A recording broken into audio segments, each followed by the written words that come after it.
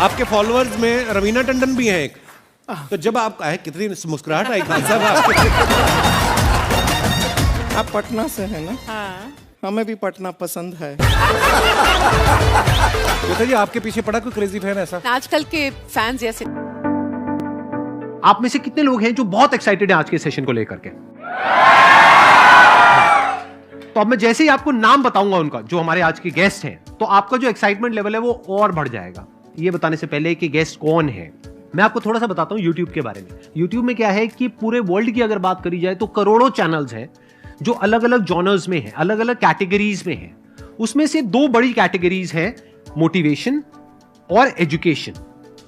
पूरे वर्ल्ड में जो वर्ल्ड का नंबर 1 मोटिवेशन चैनल है वो मेरा है, और जो वर्ल्ड का नंबर 1 एजुकेशन चैनल है किसी इंडिपेंडेंट क्रिएटर का, वो उनका है, जो कि हमारे गेस्ट हैं। उनके 17 मिलियन से ज्यादा सब्सक्राइबर्स हैं। Please give an energetic and warm welcome to the one and only Khan sir.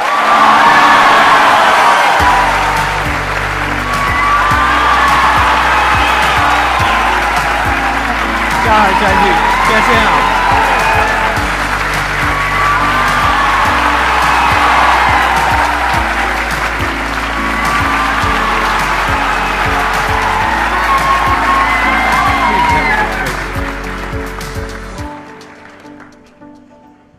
इससे पहले कि ऑडियंस आपसे कुछ पूछे या इंटरेक्ट करे, मेरे माइंड में एक क्वेश्चन है आपके लिए जी। जो बच्चे हैं वो आपके इतने दीवाने क्यों हैं, इतने पागल क्यों हैं आपके पीछे? मतलब मेरे कमेंट सेक्शन में भरा पड़ा था, खान सर कब आएंगे, खान सर कब आएंगे। मतलब ऐसा क्या जादू कर दिया आपने बच्चों के ऊपर? ये सवाल हम आपसे भी पूछते हैं, हमारे पे भी इतना कमेंट आया, इतना मेरे तो ऑफिस में लोग चले आए कि सर कब जा रहे हैं। अच्छा। क्योंकि हम लोग का तो एग्जैक्ट है वही पढ़ाना है। हाँ। तो देखिए हम लोग का मेन है कि बच्चों को जो जरूरत रहती है कि अगर लड़का पढ़ने आ रहा है ना, उसके मन में कोई डाउट ना रह जाए। हम उसको कहते हैं कि हम तुम्हें पढ़ा रहे हैं, दम है तो भूल के दिखाओ, याद करके नहीं।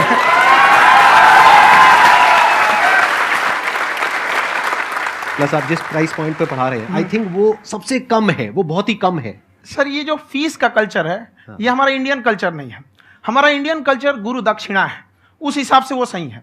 ऑक्सीजन जैसे जिंदगी के लिए जरूरी है, वैसे एजुकेशन जरूरी है। कोई ये नहीं कह सकता है कि पैसे की वजह से वो खान सर के यहां से लौट गया।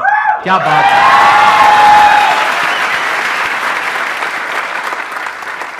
मैंने देखा कि आपका ये जो चैनल है कि ये पिछले 3 साल के अंदर अंदर ही ग्रो किया है। हमको जब चैनल शुरू हुआ तो एक दिन में हम 4-5 वीडियो बनाए। एक हमको कुछ आता, आज भी नहीं आता इतना, तो हम देख के कैमरा उमरा तो हम कंफ्यूज हो गए, बाप रे। तो हम एक ही दिन में वीडियो शूट किया, पढ़ाने वाला टॉपिक था हमको। उसके बाद कभी वीडियो नहीं, 6-7 वीडियो एक ही बार शूट कर लिए। और एक जो थे जिनका कैमरा वगैरह था, मेरे पास कैमरे भी नहीं थे उस टाइम, और कैमरा 35,000 का था। तो 6 महीना इसी में लग गया, जो 35,000 इसी में फंस जाएगा। तो उनके कैमरे से शूट किए, उन्होंने कोई चार्ज लिया, उसके बाद हम छोड़ ही दिए। लॉकडाउन लगा, तब हम कहें आप कैसे पढ़ाएंगे? वो तो 1 दिन 2 दिन करते करते अचानक लंबा हो गया। तब हमको याद आया कि ओहो मेरा एक चैनल भी है वहाँ पे। तो उस समय उस पर लगभग 30,000 सब्सक्राइबर हो चुके थे। तो जैसे लॉकडाउन लगा तो उस पर पढ़ाना चालू किया, और पता नहीं क्या लोगों को पढ़ाई में इतना इंटरेस्ट आ गया कि आपका स्टाइल ऐसा है थोड़ा सा, आप आई थिंक पढ़ाई के साथ साथ में जो बीच बीच में आप थोड़ा बहुत छोड़ते रहते हैं ना, मतलब जो एंटरटेनमेंट चलता रहता है। ये बात हम देखिए, जब हम गुलाम थे ना, तो अंग्रेजों ने एक चाल चला था कि भारत को हम फिजिकली गुलाम रखेंगे 100-200 साल, मेंटली 1000 साल कर देंगे। उन्होंने पढ़ाई का मॉडल चेंज कर दिया। उन्होंने ऐसा डिजाइन किया कि ये टीचर की रिस्पॉन्सिबिलिटी है, वो पढ़ा के चला जाए। टीचर की रिस्पॉन्सिबिलिटी यहाँ खत्म नहीं हो जाती है। पढ़ाना तो कोई भी पढ़ा सकता है, टीचर की इससे बड़ी रिस्पॉन्सिबिलिटी होती है उसे समझाना। वो समझा कि नहीं समझा। अगर लड़का आपके समझाने के बाद डाउट रह गया तो ये आपकी गलती है। लड़का हमसे पूछता है सर इतनी भीड़ है आपके पास, तो कहे सर डाउट कैसे पूछेंगे? हम कह रहे यार तुम्हारा डाउट बचेगा तब ना पूछेगा तुम डाउट यहाँ पे।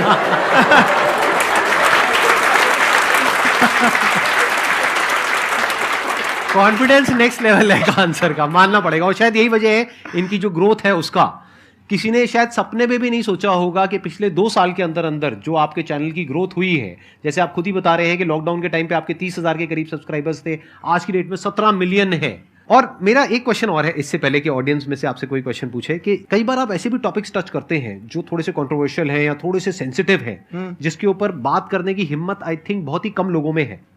तो आपको कभी ये नहीं लगता है कि कहीं ज्यादा तो नहीं हो रहा है, इसको थोड़ा रोक देते हैं, थोड़ा कम कर देते हैं, क्योंकि कोई लाइन ही नहीं है वैसे तो बोलने को, तो आप कुछ भी बोल दो, कितना भी बोल दो। हुई है कंट्रोवर्सी बहुत बार। एक्चुअली बचपन से हमको फौज में जाना था, और फौज वालों के लिए ये सब मायने नहीं रखता, उसको करना है मतलब करना है, तुम सामने कुछ भी रहो, डजेंट मैटर।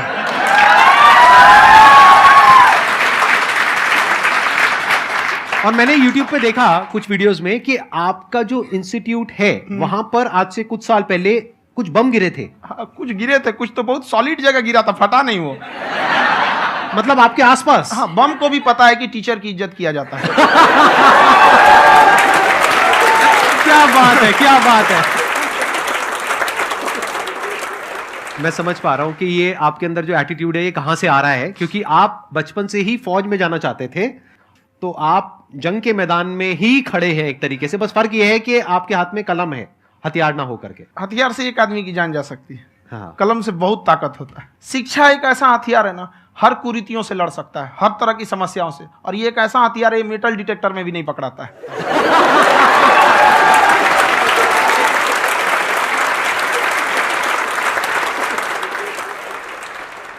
मेरा क्वेश्चन ये है कि अभी प्राइवेट ऑर्गेनाइजेशंस में पीटने का, पनिशमेंट का ये सिस्टम जो है खत्म हो गया है। हम आपके वीडियो में देखे हैं सर कि आप एक बड़ा सा रोल रखे रहते हैं, पुलिस है ना? वाला लाठी है वो, पुलिस वाला लाठी है, और स्टेज पे बुला के बच्चों को उसी से धुनाई शुरू कर देते हैं मस्त एकदम से, है ना? तो सर मतलब कि बच्चे मतलब कि डरते नहीं हैं आपसे, और इस तरीके से कैसे कनेक्टेड हैं आपसे, है ना? और एक और क्वेश्चन सर, यूपीएससी का जो आप अपना बैच स्टार्ट करने वाले हैं, ठीक है, उसके बारे में बताइए सर, क्योंकि मुझे मतलब कुछ इशू करना है सर, ठीक है? और संदीप सर को देख लिए, मेरा तो वैसे ही हो जाना है।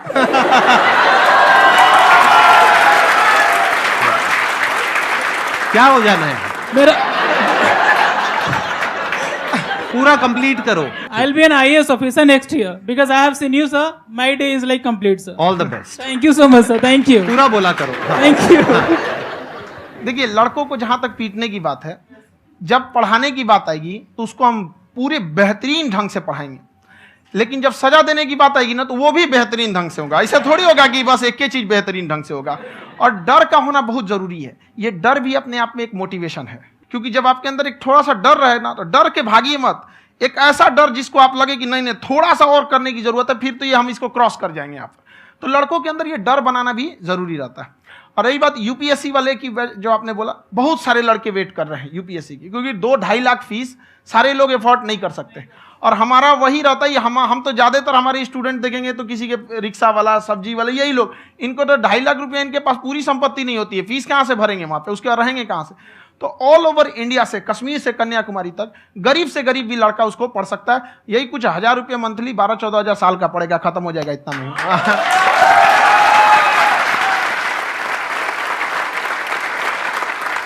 ये जो डंडे वाली बात इन्होंने कही, ये सच है? मतलब आप सच में एक डंडा रखते हो? पुलिस का ही है वो। और मारते हो? हाँ, कि मतलब अगर कोई लड़की छेड़ता है या ऐसा कोई भी उल्टा नहीं, पुल्टा काम पढ़ाई करता लिखाई है, कुछ भी गलती करेंगे तो पिटाएंगे वो यहाँ पे, कैमरे पे, ऑन कैमरा, जैसा भी रहे, कुछ भी पिटाना तो उनको फिक्स है।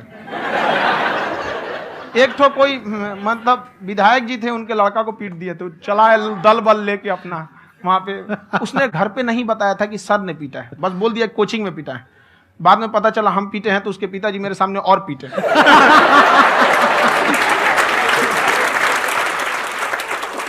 सर आपका सबसे बड़ा डर क्या है, आप दोनों का? फौजी को डरे नहीं लगता है, बाकी अफसर से पूछिए। आज के सेशन से पहले कोई डर नहीं था, लेकिन अब मुझे इनकी डंडे वाली कहानियां सुन करके डर लग रहा है कि कहीं मैंने गलती से कुछ बोल दिया अरे ऐसा और नहीं, इन्होंने कहीं पीछे कुछ रखा हुआ है, और यहीं आ करके अगर इन्होंने मेरी पिटाई कर दी तो बहुत बुरा हो जाएगा। तो इसलिए हमको थोड़ा डर लग रहा है।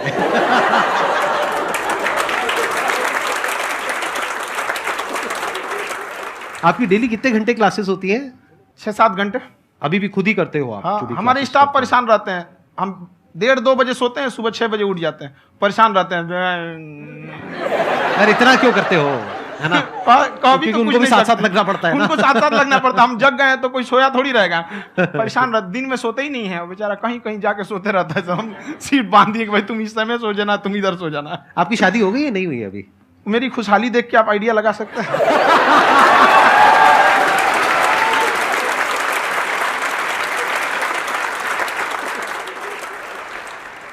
First of all I would like to say sir thank you so much to you and to your team कि आपने मुझे यहाँ आने का मौका दिया।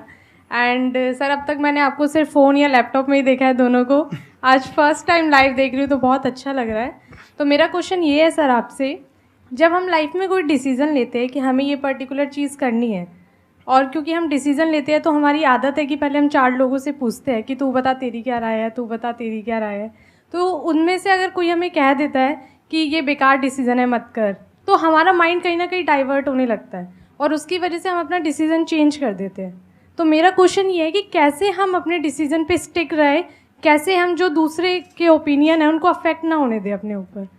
दूसरे से सलाह लेने से पहले एक बार खुद उस पर रिसर्च कर लेना चाहिए, ताकि आप सामने वाला क्या सलाह दे रहा है आपको समझ में आना चाहिए। यहाँ पर ऐसा नहीं है कि कई बार ऐसे होते हैं कि दूसरे वाले को एक्सपीरियंस होता है, तो अगर आपको पहले से आइडिया है, उसके बारे में आप बेहतरीन ढंग से रिसर्च किए हैं कि क्या इसमें प्लस पॉइंट है क्या निगेटिव है, उसके बाद आप किसी से सलाह लेने जाइए। ये नहीं कि मन में आया सीधे बताओ गड़बड़ा जाएगा। तो वहाँ पे पहले आपको R&D करना पड़ता है, समझ में आया कि नहीं। और जिंदगी हो या गाड़ी, जीतेगा वही जो टाइम पे गियर चेंज कर रहा है। तो डिसीजन चेंज करना बहुत ज़्यादा गलत नहीं है। इन्होंने बहुत अच्छी बात कही है और मैं इसी बात में थोड़ा सा और ऐड ऑन करूंगा कि ये जो आपने कहा ना कि अपने डिसीजन पे स्टिक कैसे रहें, ये कोई अच्छी क्वालिटी नहीं है, क्योंकि टाइम टू टाइम आपको अपने डिसीजंस को चेंज करना होता है। जैसे आपने 4 लोगों से डिस्कस किया, कोई इंसान कुछ पॉजिटिव बोल रहा है, कोई नेगेटिव बोल रहा है, उससे फर्क नहीं पड़ना चाहिए। डिपेंड ये करता है कि वो जो बोल रहा है उसका बेसिस क्या है, क्या वो किसी नॉलेज या एक्सपीरियंस के बेस पे बोल रहा है या ऐसे ही कुछ भी बोल रहा है। ऐसे ही बोल रहा है तो फिर उसकी बात पे ध्यान क्यों दे रहे हो। अगर किसी नॉलेज या एक्सपीरियंस के बेस पे बोल रहा है, फिर चाहे वो पॉजिटिव बोल रहा है चाहे नेगेटिव बोल रहा है, दोनों ही मायने रखता है। उसके बाद में रिसर्च करनी है और फिर रिसर्च करने के बाद में फाइनल डिसीजन अपना खुद का होना चाहिए। अब वो डिसीजन उससे अलग भी हो सकता है जो आपने पहले लिया था, और वो सेम भी हो सकता है। सर मेरा क्वेश्चन दोनों से है आपसे, how to deal procrastination and laziness. हमारा ब्रेन है ना, ये बहुत आलसी टाइप का, इसको आराम खोजना पसंद है। अब थोड़ा सा भी आप इसको आराम की ओर लेके चले गए ना तो फिर उधर ही रहेगा। आप सोचेंगे 10 मिनट आराम कर लेते हैं ना, तो 10 मिनट 2 घंटा बना देगा। उसको टॉर्चर कीजिए, चल 10 मिनट बाद में। उसको आप उस पर हावी में, वो कह रहा है कि हमको आराम चाहिए, आपको हाँ आराम मिलेगा, पहले काम फिर मिलेगा आराम। तो आप उसके हिसाब से मत चल। आपका मन कर रहा है थोड़ा सा देख लेते हैं, कोई नोटिफिकेशन आया, आप कोई काम कर रहे हैं, क्यों पहले काम कर लीजिए, बाद में देखिएगा ना नोटिफिकेशन। आप हावी मत होने दीजिए यहाँ पे। अगर आप 5 मिनट भी थोड़ा सा लूज पड़े ना, थोड़ा सा कमर सीधा कर लेते हैं, वो 2 घंटा बर्बाद कर दिया आपको। हावी मत होने दीजिएगा उसको अपने ऊपर।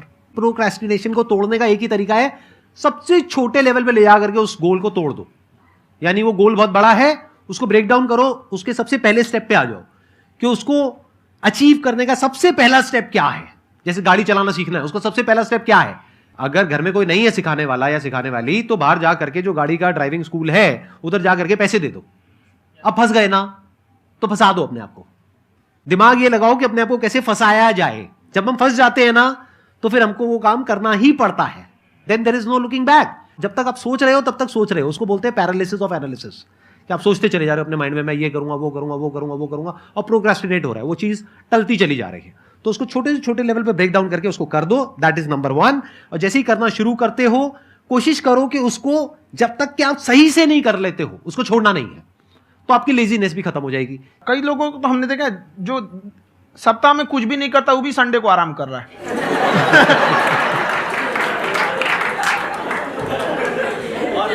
वैसे कहा भी जाता है कि अगर कोई काम आपको करवाना है ना, तो ऐसे किसी इंसान को दो जो बिजी है। हाँ। ऐसे आदमी को मत दो जो खाली है। ये परफेक्ट एग्जाम। किसी को भी आप देखिएगा जिसको आप कहते हैं कि मतलब थोड़ा ठीक ठाक आप समझते हैं कि नहीं ये बहुत आगे निकल, वो एक काम को खत्म करने के बाद कभी आराम नहीं करेगा। एक काम खत्म हुआ उसको लगेगा हाँ एक खत्म हो गया, अब दूसरा करना चाहिए। और वही जिसको देखिएगा एक खत्म हो गया और आराम करना चाहिए, कभी नहीं, लाइफ में आखिरी सांस तक। सर यहाँ पे सब हिंदी में पूछते हैं, इंग्लिश में पूछते हैं, मैं भोजपुरी में पूछूं? जौन भाषा ठीक लगे तोने में पूछ दो। हाँ सर।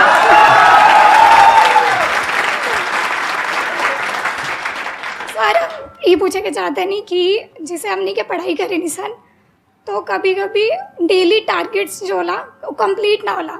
अगर टारगेट्स कंप्लीट भी होला तो फिर ऐसा इरिटेशन या फिर वो एंजाइटी या फिर कि और करना है या फिर अभी नहीं हुआ, वो चीज़ हमेशा रहेला, तो वो कम कैसे करल जाए? देखिए टारगेट्स को ना हम लोग को एक अपने हिसाब से पहले फिट करना चाहिए। ऐसा नहीं कि दूसरे किसी इंसान को देख के हम टारगेट फिट कर ले। कोई लड़का 8 घंटा पढ़ रहा है, कोई पहली बार अभी पढ़ना ही चालू किया, उसको देख के 8 घंटा पढ़ेगा तो पढ़ाइए छोड़ देगा।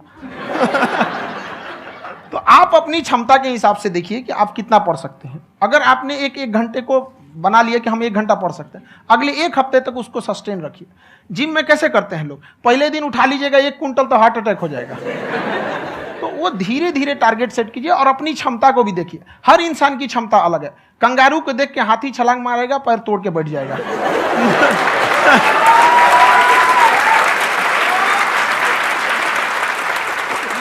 अब संदीप सर का मोटिवेशन देख के इसका मतलब क्या कि ट्रेन के आगे खड़ा हो जाएंगे, ढकेल देंगे तुमको। हालांकि ऐसा कर देते हैं, लेकिन ऐसा करिएगा लोग नहीं, क्षमता पता होना चाहिए। आपके अंदर एंजाइटी हो रही है कि मैंने कर तो लिया है। आप ये नहीं कह रहे कि मैंने कुछ भी नहीं किया है फिर मेरे को एंजाइटी हो रही है। आप ये कह रहे हो मैंने काफी कुछ कर लिया है फिर भी एंजाइटी हो रही है कि कहीं कुछ छूट तो नहीं गया है।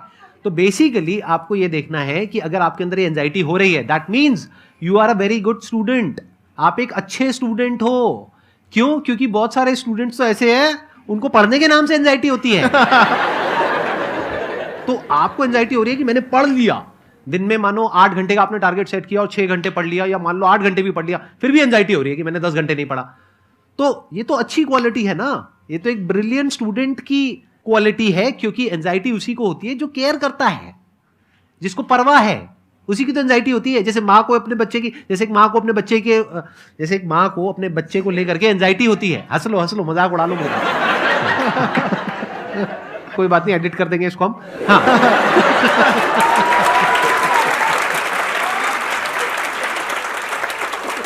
जैसे एक माँ है, उसको अपने बच्चे को लेकर के एंजाइटी होती है, थोड़ी सी भी तबीयत खराब हो जाए उसको एंजाइटी होती है, चाहे बच्चा ठीक भी है, डॉक्टर को नहीं होती है।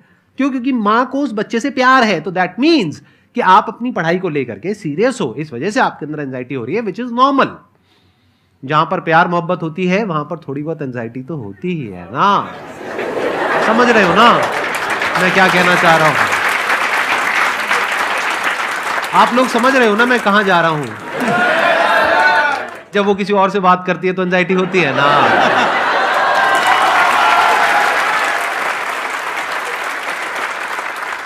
सर, आपकी स्टोरी हमने सुनी थी, तो एक टाइम आया था जब आप गंगा किनारे जाके बैठ गए थे।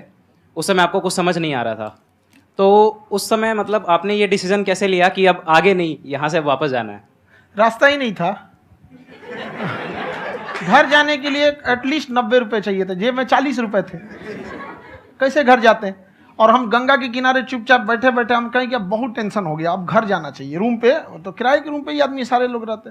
गए वहाँ पे तो रूम लॉक हो गया था। तुम खटखटाए तो ऊपर से गुस्सा से बोले जो ऑनर थे, क्या टाइम हो गया है? तुम कहे 9-10 बज रहा होगा। घड़ी देखिए तो 2 बज रहा था रात का, 2-2:30 बज गया था वहाँ। टेंशन में आप तो होता है, कई बार ऐसा समय आएगा कि लगेगा जैसे अब कुछ नहीं हो सकता है। तो इससे घबराना नहीं है। कभी कभी गुच्छे की आखिरी चाबी भी ताला खोल देती है। जो बातें आपने बताई कि घर में प्रॉब्लम्स ये तो बहुत लोगों ने फेस करी वहां पर। आप अकेले नहीं है, बहुत लोगों ने ये प्रॉब्लम्स फेस करी, बहुत तरह की प्रॉब्लम्स देखी, बहुत तरह की स्ट्रगल्स देखी, लेकिन वो सब इतने कामयाब नहीं हो पाए जितने कि आप हुए।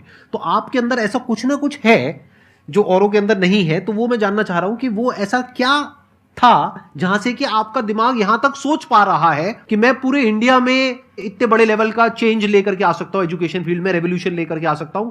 ये सोचना ही बहुत लोगों के बस का नहीं है। मेरी एक खुद की थिंकिंग, अगर हमको कोई 100 रुपए किसी काम के लिए दिया, हम सबसे यही कहते हैं, तो हम कोशिश करते हैं उसे 200 का रिटर्न दे। अगर कोई हमसे 200 रुपया फीस दे रहा है, 250 दे रहा है, तो हम उसको ये कोशिश करते हैं कि तुम्हें ऐसा लगे कि नहीं भैया हमने 10-20 हज़ार का पढ़ लिया यहाँ पर। वो ईमानदारी से कभी कमी नहीं। और हमेशा अगर हम प्रॉमिस X का करते हैं तो डिलीवर 4X करना चाहते हैं। ध्यान से सुनना और ध्यान से समझना इस फर्क को। अगर आप समझ पाए तो बहुत आगे जाओगे लाइफ में। एक वो होते हैं जो ये सोचते हैं कि हमें सब कुछ मिल जाए, हमें कुछ भी करना ना पड़े। दूसरी कैटेगरी होती है लोगों की जिनको जितना मिलता है उसमें भी चोरी चकारी करते हैं या कोशिश करते हैं कि उससे कम दे सामने वाले को जितना कि हमें मिल रहा है। तीसरी कैटेगरी होती है लोगों की, जो इनके जैसे लोग होते हैं।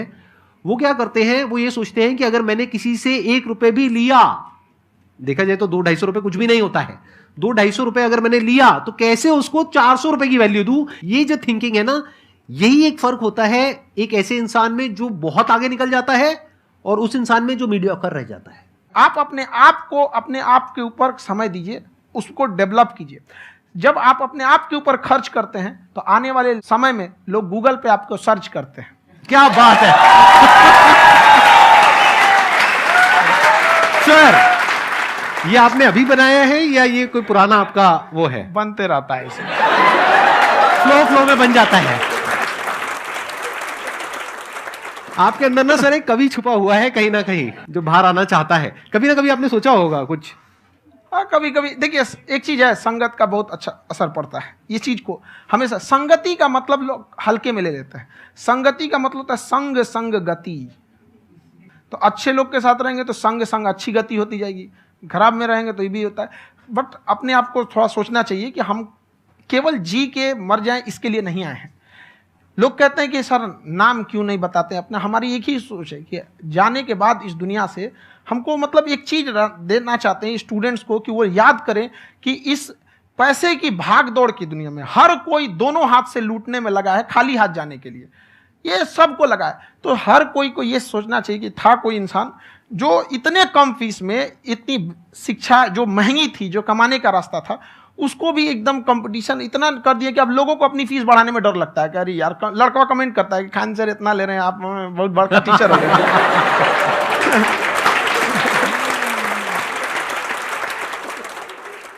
खान सर की एक क्लिप है, ये समय और समझदारी में बहुत फर्क होता है।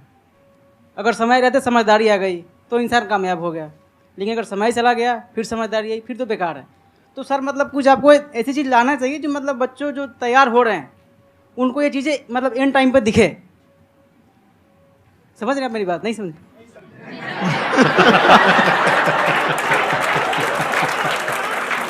यही होता है सर, सर का मोटिवेशन ज्यादा हो जाता है। जब आप स्ट्रगलिंग फेज में हैं तो कम से कम चीजों को अपने ऊपर खर्च कीजिए, ज्यादा से ज्यादा सीखने में खर्च कीजिए। अगर आपको राजा बनने का शौक है तो गुलाम की तरह मेहनत करना सीखिए, तब राजा बनेंगे।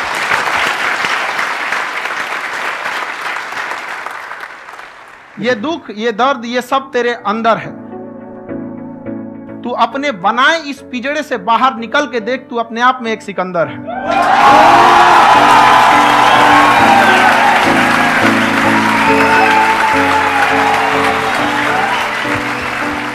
Thank you so much sir for coming. बहुत मजा आया मेरे को आपके साथ में इंटरेक्ट करके। आई एम श्योर आप लोगों को भी बहुत मजा आया होगा।